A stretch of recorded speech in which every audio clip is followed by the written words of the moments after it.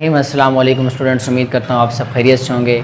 और जैसा कि हमने पिछली वीडियोस के अंदर डेंसिटी के कुछ न्यूमेरिकल बल्कि एक न्यूमेरिकल को हमने बुक की एग्जांपल को सोल्व किया था, तो इसी तरीके के साथ हमारी बुक की जो एक्सरसाइज है जिसमें कुछ MCQs लिखे गए हैं, उनमें कुछ एक हमारे पास क्वेश्चन मौजूद है। आज हम उसको सोल्व करते हैं। इस क्वेश्चन के अंदर हमसे कह रहे हैं कि ऑब्जेक्ट ऑफ मास 10 ग्राम, यानी आपके पास एक ऑब्जेक्ट है जिसका मास आपके पास कितना है 10 gram, is immersed in a water as shown in figure. जैसे कि इस फिगर के अंदर आपको दिखाया गया है, इस फिगर के अंदर एक ऑब्जेक्ट जिसका मास आपके पास 10 ग्राम है, उसको इस फिगर के अंदर क्या करवाया गया है, यानी डिप करवाया गया है, इमर्स करवाया गया है, यानी जो आपका लिक्विड मौजूद है वाटर उसके अंदर डाला गया है।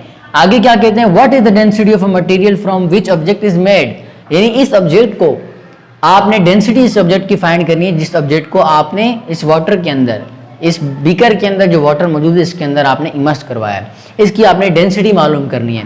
तो सबसे पहले हम क्या करते हैं, यहाँ पर हम गिवन लिख लेंगे, यानी इस न्यूमेरिकल के अंदर वो वैल्यूज जो हमें इसने सवाल के अंदर गिवन है वो हम लिख देते हैं। सबसे पहले हमें मास गिवन है, मास हम क्या कर लेंगे, यहाँ पर लिख लेंगे 10 ग्राम, और वॉल्यूम जो कि हमें अभी मालूम नहीं है, और हमें क्या मालूम करनी है, डेंसिटी मालूम करनी है। डेंसिटी को आप चाहें तो डी से भी कर सकते हैं, लेकिन जिसका अपना सिंबल है रो, हम उसी से डिनोट करेंगे। यानी दो चीजें हमें मालूम नहीं है, इन दोनों को हम किस में रखेंगे, रिक्वायर्ड वैल्यूज के अंदर, यानी ये हमें दोनों रिक्वायर्ड हैं। क्योंकि डेंसिटी के फार्मूले की बात की जाए तो फार्मूला हमारे पास होता है density is equals to mass per unit volume. तो डेंसिटी उस वक्त तक मालूम हम नहीं कर सकते जब तक आपके पास ये दोनों चीजें मालूम ना हो। मास हमें मालूम है लेकिन हमें क्या मालूम नहीं है, वॉल्यूम मालूम नहीं है, तो वो हम इस फिगर की मदद से वॉल्यूम निकालेंगे। अगर मैं पिछले न्यूमेरिकल की बात करूं तो जिसके अंदर हमें रेडियस गिवन था, तो हमें स्फीयर का या बॉल का वॉल्यूम निकालने में इतनी प्रॉब्लम नहीं हुई थी। हमें रेडियस गिवन था, हमने वॉल्यूम का जो वॉल्यूम ऑफ स्फीयर का फार्मूला अप्लाई करके हमने वहां से वॉल्यूम निकाल लिया था। लेकिन आज केस डिफरेंट है।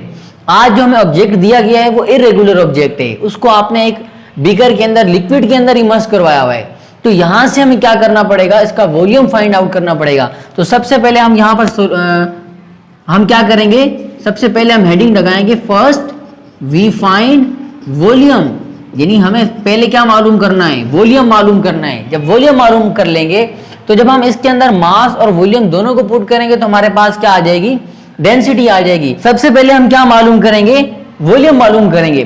तो इस अगर हम पहली फिगर के अंदर देखें तो बीकर के अंदर हमें जो वॉल्यूम गिवन है, ये वॉल्यूम आपके पास cm क्यूब के अंदर गिवन है। किसके अंदर गिवन है, cm क्यूब के अंदर, फिगर 1 में भी फिगर 2 में भी। तो उस वक्त इस फिगर का वॉल्यूम, यानी इस बीकर का जो वॉल्यूम है हमारे पास, जब तक आपने इसके अंदर ऑब्जेक्ट को इमर्स नहीं करवाया, उसका वॉल्यूम हमारे पास है 50 सेंटीमीटर क्यूब, 50 cm क्यूब। और जब आप इसके अंदर ऑब्जेक्ट को इमर्स करवाएंगे जिसका आपके पास मास कितना है 100 ग्राम, तो इस ऑब्जेक्ट का जिसके अंदर लिक्विड मौजूद है उसका वॉल्यूम क्या होना शुरू हो जाएगा, लिक्विड का इंक्रीज होना शुरू हो जाएगा। और वो कहां पहुंच जाएगा, 50 से 90 की तरफ। तो हमारे पास जो सेकंड वॉल्यूम है वो हमारे पास कितना आ रहा है, 90 cm क्यूब।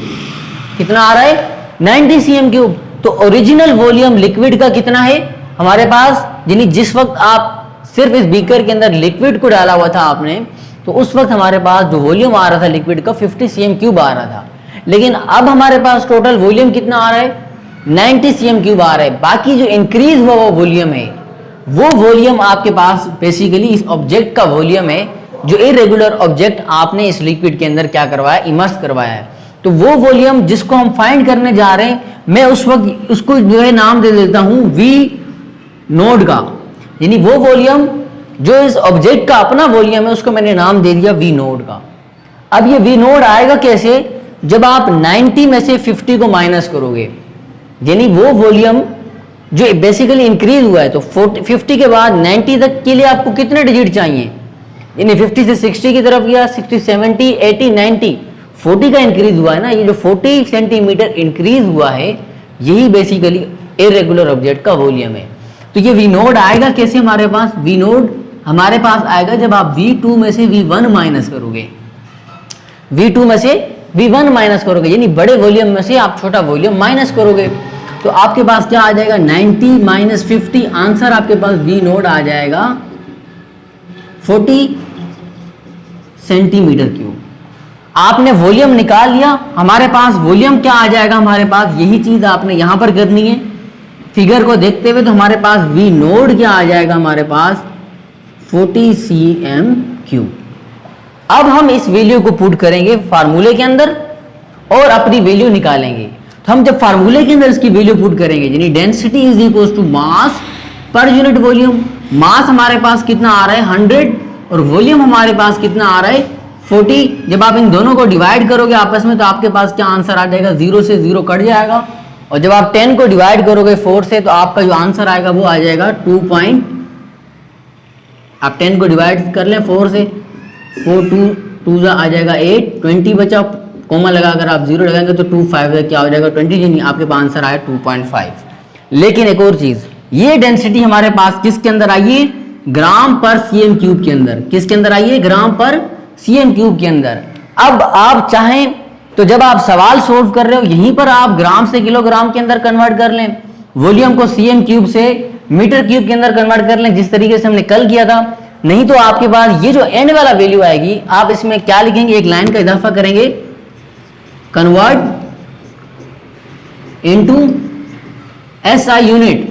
जब आप एसआई यूनिट के अंदर कन्वर्ट करते हैं, कल भी मैंने आपको बताया था कि आप 1000 से जब भी आप डेंसिटी को ग्राम पर सीएम क्यूब से किलोग्राम पर मीटर क्यूब के अंदर जाएंगे तो 1000 से मल्टीप्लाई करवा देंगे। तो आप जब इस डेंसिटी को 2.5 को मल्टीप्लाई करवा देंगे 1000 से, तो जो आपके पास वैल्यू आएगी वो किसके अंदर आ जाएगी, आपके पास एसआई यूनिट के अंदर है। जब आप इन दोनों को मल्टीप्लाई करेंगे तो आपके पास आंसर आ जाएगा 2500 और यह आ जाएगी केजी पर मीटर क्यूब के अंदर। इस क्वेश्चन के अंदर आप देखें तो कह रहे हैं 10 identical balls each of mass 27 kg are immersed in a measuring cylinder having 20 centimeter cube of water. The reading of water rise to 50 cm cube. What is the density of steel? आपसे कह रहे हैं कि आपके पास एक beaker है, इस beaker का जो पहले वॉल्यूम है जिसके अंदर वाटर मौजूद है, इसका जो वॉल्यूम है आपके पास जिसको हम V1 कहेंगे, वो हमारे पास कितना है 20 cm क्यूब। यहां आप लिख देते हैं, यानी आपके पास ये 10 और ये कितना हो जाएगा 20 cm क्यूब। अब आपने क्या करनी है, 10 identical balls each of mass 27 kg। आपने 10 बॉल, हर एक का मास कितना होगा 27, आपने वो इसके अंदर डाल देनी है। यानी एक बॉल आपने ली, इसका मास 27 kg था, एक और ली, उसका भी मास 27 kg था, वो आपने सब इस तरह की 10 बॉल्स, कितनी बॉल आपने ली और इस वाटर के अंदर डाल दी। और जब आप इसके अंदर डालेंगे कि 10 बॉल इस बीकर के अंदर इमर्स कर दी गई हैं, तो जब आप यहाँ पर इस तरह की 10 बॉल जो है वो इमर्स करवाओगे तो इस वाटर का वॉल्यूम जो आपके पास पहले कितना था 20 cm क्यूब, वो राइज अप हो जाएगा, उसका लेवल कहाँ पहुँच जाएगा 50 cm क्यूब तक। यानी जब आपने यहाँ पर 10 आइडेंटिकल बॉल इमर्स करवा दी तो आपके पास जो वॉल्यूम था वाटर का वो कहाँ पहुँच गया 10 से 20, 30, 40, 50 तक, यानी 50 cm क्यूब उसका वॉल्यूम हो गया। अब हम इस नए वॉल्यूम को कहेंगे V2। क्या कहेंगे V2। लेकिन हम किसकी डेंसिटी मालूम करना चाह रहे हैं, स्टील की, तो इसीलिए हमें लिक्विड के वॉल्यूम से कोई कंसर्न नहीं है, हमें वॉल्यूम मालूम करना है स्टील बॉल्स का, कि इन 10 स्टील बॉल्स का टोटल मिलाकर कितना वॉल्यूम बन रहा है। तो अगर आप देखें तो वाटर का कितना वॉल्यूम था 20, अब हमारे पास कितना टोटल वॉल्यूम बना है 50, तो ये 20 में 30 सेंटीमीटर का जो इजाफा हुआ है ये 30 cm क्यूब वॉल्यूम है इन 10 आइडेंटिकल बॉल्स के, जिनका मास कितना है हर एक का 27 kg। तो आप यहां से क्या मालूम करोगे, सबसे पहले first V find volume, volume यानी V नोड आप इसको डिनोट करोगे, क्योंकि V1 आपके पास वो वॉल्यूम है जो जिसके अंदर आपके पास स्टील बॉल्स नहीं है, सिर्फ लिक्विड का वाटर का वॉल्यूम है। और दूसरा V2 आपके पास वो है जिसके अंदर वाटर और स्टील बॉल्स दोनों का मिलाकर वॉल्यूम है। और V नोड वो वॉल्यूम है जो सिर्फ स्टील बॉल्स का वॉल्यूम है। वो आप मालूम कैसे करोगे, यानी जब आप V2 में से यानी बड़े वॉल्यूम में से 50 में से आप जब 20 माइनस करोगे तो आपके पास आंसर क्या आ जाएगा 30 cm क्यूब।